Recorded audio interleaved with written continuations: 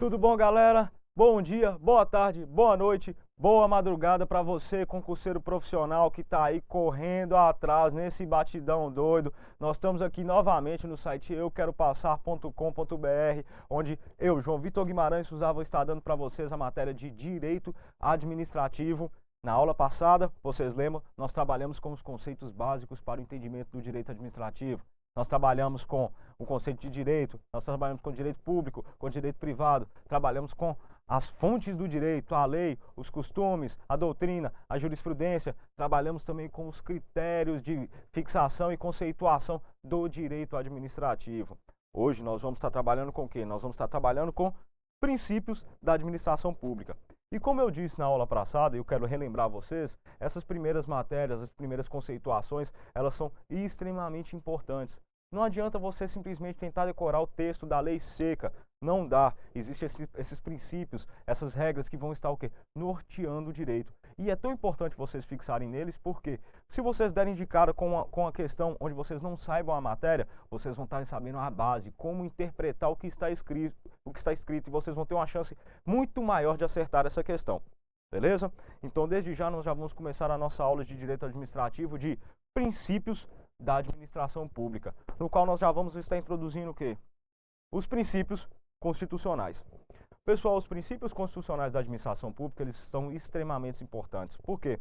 Eles vêm elencados e distribuídos dentro da Constituição Federal, que é a Carta Magna nossa, que é a principal e a lei mais forte do nosso país, de acordo com a teoria do ordenamento jurídico de Hans Kelsen.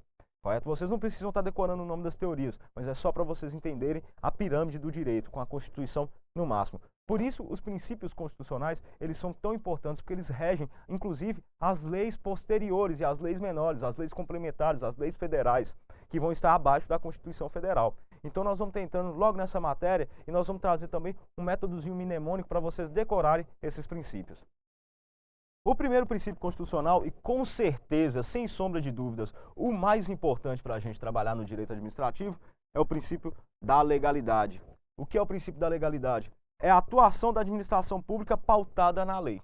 É o que eu digo para vocês, direito administrativo é lei, lei, lei e satisfação da necessidade pública. A lei é a base do direito administrativo, por quê? Aqui, no nosso direito brasileiro, positivista, o cidadão ele pode fazer tudo que não esteja proibido em lei, tudo que não esteja defeso na lei.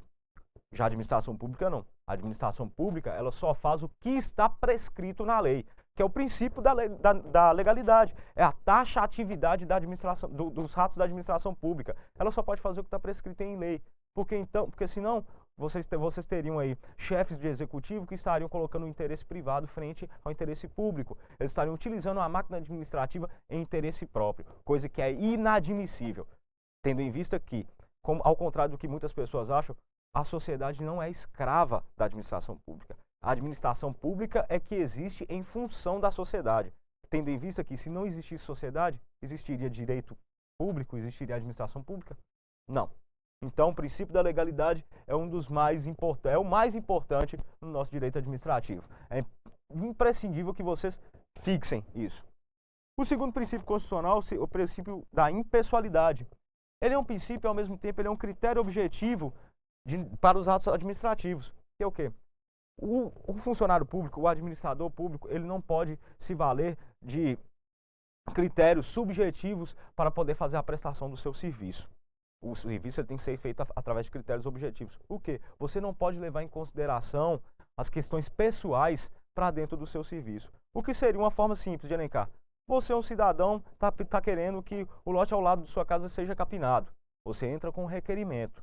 Mas na Secretaria de Meio Ambiente, está o seu amigo. Ele recebe o seu requerimento e atravessa na frente de todos os outros requerimentos que veio junto da administração pública. É correto? Não, porque ele está sendo o quê? Ele está sendo pessoal. Ele está trazendo a característica, a qualidade de ser seu amigo para dentro da sua função de serventuário público. Coisa que é inadmissível no direito hoje, mas conhecido também como prevaricação e outras formas. Beleza, pessoal? Nós vamos estar aqui, então, trabalhando com o quê? Com o terceiro princípio constitucional, muito importante, o princípio da moralidade, que é o quê? A atuação pautada na ética e na moral. Pessoal, isso é o que mais falta na administração pública hoje. Moralidade. E ela cai demais no concurso público em função disso. O que é a moralidade? O que é a pautada em ética e moralidade? são justamente, e é um desdobramento do princípio da legalidade, tendo em vista que a lei vem da moral e da ética. Então é você o quê? Você trabalhar bem, você trabalhar de forma harmoniosa com as leis e com os princípios que regem a administração pública e a própria sociedade em si. Ok? Nós vamos estar trabalhando então posteriormente com o princípio da eficiência. Esse é ótimo. Esse é o quê? A realização de atribuições com presteza e rendimento funcional. Isso ia ser ótimo se acontecesse da forma correta no Brasil. Por quê? É o funcionário público que trabalha bem, é aquele funcionário público que te atende com um sorriso no rosto. Por quê? Ele está trabalhando com a presteza, com a velocidade, com a eficácia, com fazer os seus atos da maneira correta e da melhor maneira possível. O princípio da eficácia é a melhor maneira possível dentro do trabalho. Estamos entendidos? Para vocês relembrarem todos esses princípios, nós criamos o LIMP, que até lembra um pouco do direito administrativo, porque limpeza, transparência, e ele também vai lembrar a gente do que? Da moralidade e de toda essa necessidade que nós temos dentro da administração pública. O LIMP é por quê? O L de legalidade, o I de impessoalidade, o M de moral, o P de publicidade e o E de eficiência. Inclusive, pessoal, a publicidade, que é um requisito de eficácia para a validação de qualquer ato público, ela existe por quê? Ela existe porque todo cidadão tem que ter acesso aos atos feitos pela administração pública. Se eu, prefeito, abro um certame licitatório para poder comprar 50 quilos de arroz para tá dando de alimento para as crianças nas escolas, eu tenho todo um procedimento correto a seguir. E todos os administrados que trabalharem com o fornecimento de arroz, eles têm o direito de também estarem concorrendo se for do seu interesse. Por isso é necessário também a publicidade como uma forma de quê? Como requisito de eficácia. Posteriormente, nós vamos estar trabalhando com os princípios informativos do direito administrativo. Por que princípios informativos? Eles vão estar guiando a atuação da administração pública frente aos seus administrados e frente aos seus funcionários. Por isso ele é informativo, ele informa como as coisas devem ser. Tá? Então nós vamos estar o primeiro trabalhando com o quê? Com a supremacia do poder público sobre o privado. Pessoal, direito administrativo, como eu disse para vocês, um primeiro momento é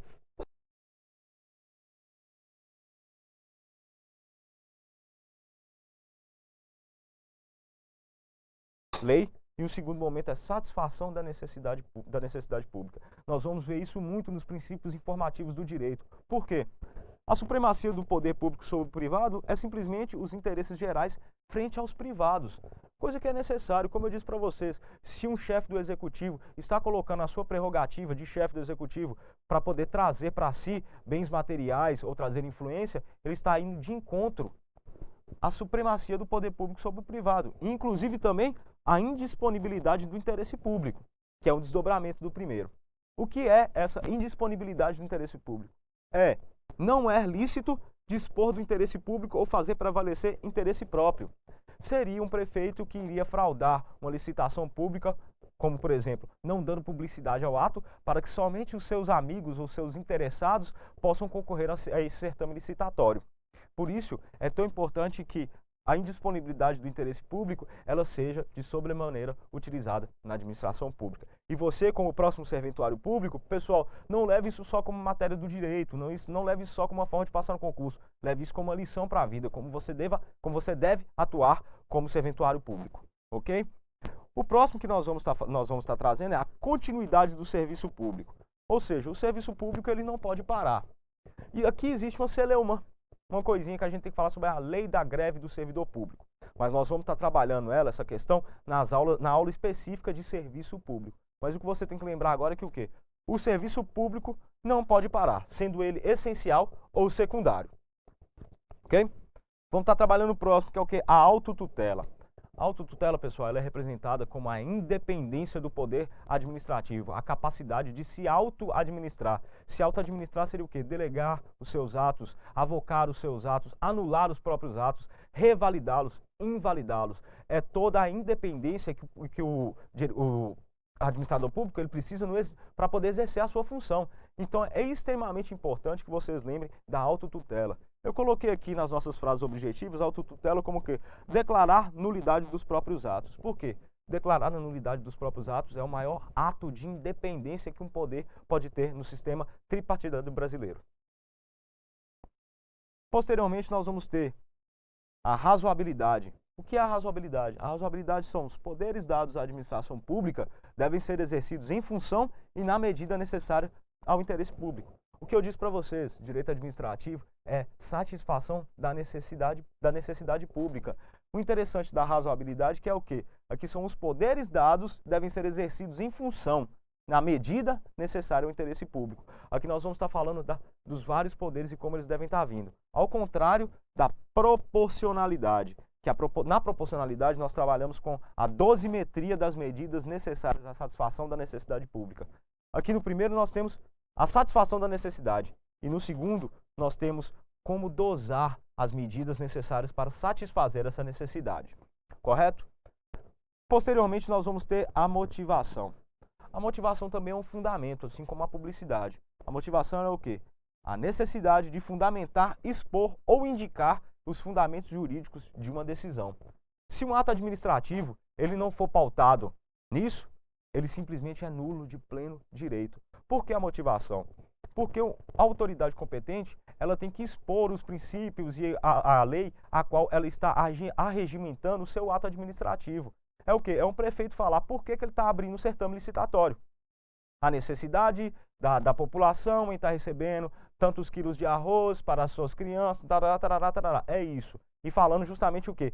Eu posso fazer isso porque na lei da licitação pública tem um artigo informando tal coisa. Essa é a motivação. A motivação, na verdade, é o quê? Apenas necessidade de fundamentar, expor ou indicar os fundamentos jurídicos de uma decisão. Posteriormente, nós vamos ter também a segurança jurídica. O que será a segurança jurídica? A norma não retroagirá em situações já constituídas, o chamado ato jurídico perfeito. O que seria isso? Uma norma em 2005, ela estipulou um teto salarial para os professores do determinado estado. Posteriormente, em 2010, veio uma lei posterior diminuindo esse teto. Essa situação não pode acontecer porque o ato jurídico perfeito já está constituído no tempo. Que seria o quê? Em 2005, a lei afirmando um patamar maior salarial para essa classe. Então, a lei posterior ela não pode prejudicar esse ato, ela não pode diminuí-lo, ela não pode anulá-lo. Por quê? Porque ele já é um ato jurídico perfeito e ele estaria rompendo com a solidez da segurança jurídica. O que seria isso? É romper com essa segurança. Seria você não ter mais fé na lei. Se eu tenho uma lei falando isso, quer dizer que então daqui 2 dias eu posso ter uma outra lei que vai mudar essa situação de fato? Isso não daria segurança nem para os investidores que vêm para o Brasil e muito menos para os moradores do próprio Brasil. Portanto, é tão importante a gente pautar na segurança jurídica. Pessoal, eu vou estar voltando com vocês aqui para fazer uma leve recapitulação do que foi informado hoje para vocês. Nós temos princípios da administração pública, os princípios constitucionais, o LIMP, legalidade, atuação pautada na lei, impessoalidade, critérios objetivos de atuação do servidor público, moralidade, ética e moral, atuando na administração pública. Publicidade, requisito de eficácia, é preciso dar publicidade aos atos administrativos.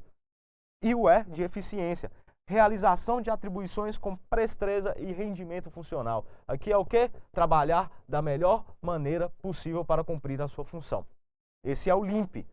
O LIMP que também vai nos levar à administração pública, que deve ser limpa, transparente.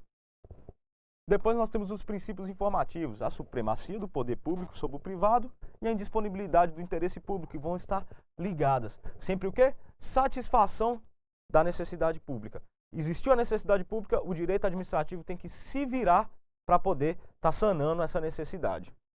Depois nós temos a continuidade do serviço público, o serviço público não pode parar. Depois nós temos a autotutela. A autotutela é o quê? A independência, é a capacidade de se autorreger. Por isso ela é tão importante, porque o poder executivo ele vai ser independente dos outros poderes para se auto-administrar. Nós temos também a razoabilidade, que é o quê? A razoabilidade é poderes dados à administração pública devem ser exercidos na medida necessária ao interesse público. Nós vamos ter uma situação fática. A proporcionalidade aqui é dosar as medidas necessárias à satisfação. Então aqui nós temos a necessidade, o Estado vai dirimir essa necessidade, correto?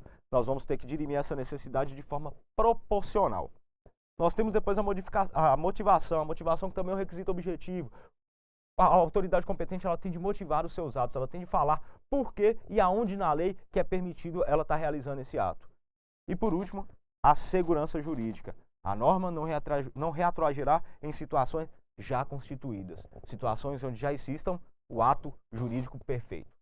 Meu nome é João Vitor Guimarães Suzá, pessoal, nós estamos nas aulas de Direito Administrativo e eu espero vocês na nossa próxima aula, aqui no nosso site Eu Quero Passar.